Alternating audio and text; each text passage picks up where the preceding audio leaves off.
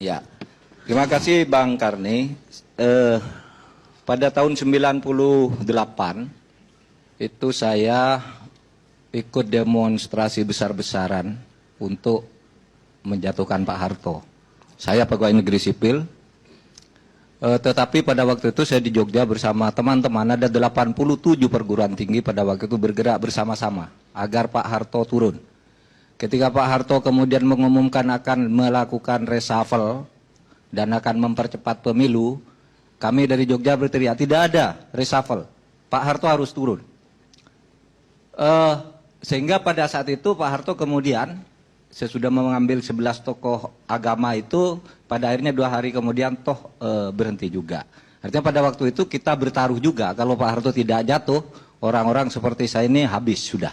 Pada waktu itu. Tetapi pada waktu itu ada Amin Rais, Lukman Sutrisno, puluhan ribu orang berbaris di Jogja menuju keraton agar Pak Harto turun dan tidak bisa ditawar.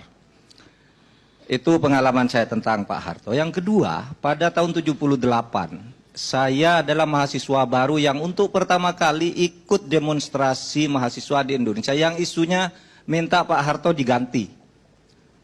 Sebelum itu tidak ada demo minta Pak Harto diganti. Ada tahun 74 Malari itu tidak minta Pak Harto diganti. Itu demo untuk modal asing, untuk dominasi Jepang di sini. Tapi 78 saya ikut demo yang kemudian waktu itu ditembaki mahasiswa, ada yang masuk penjara.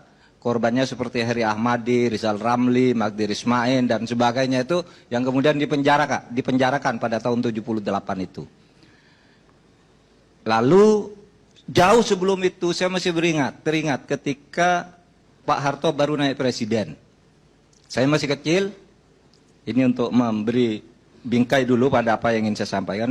Saya masih kecil pada waktu, Pak Harto pada waktu itu dipuja-puja di mana-mana. Benar kata Pak Kiflan, saya masih ingat Bung Karno itu dikejar di mana-mana, bahkan demo-demo itu mengatakan mahmilupkan Bung Karno. Gitu. Artinya pada mulanya Pak Harto itu adalah orang yang memang dianggap penyelamat terhadap bangsa ini.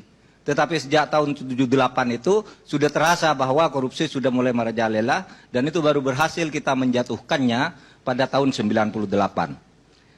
Jadi dulu saya adalah orang yang secara politik sangat tidak suka dengan Orde Baru. Sehingga saya ikut turun.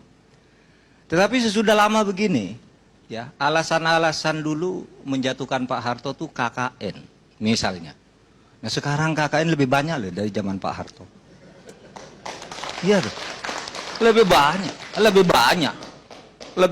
Nggak bisa. Zaman reformasi itu lebih parah. Jadi vertikal horizontal KKN-nya udah pasti. Hutangnya lebih banyak. Indeks Gini rasio kita.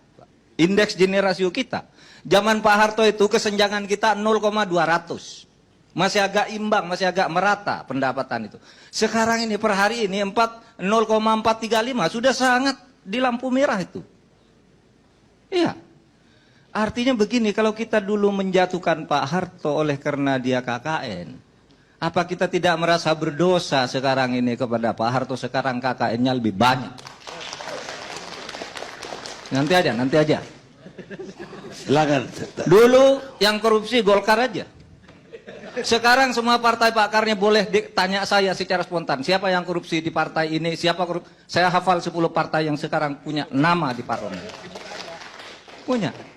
Nah oleh sebab itu, maka saya berpikir, oke, secara politik bisa diperdebatkan.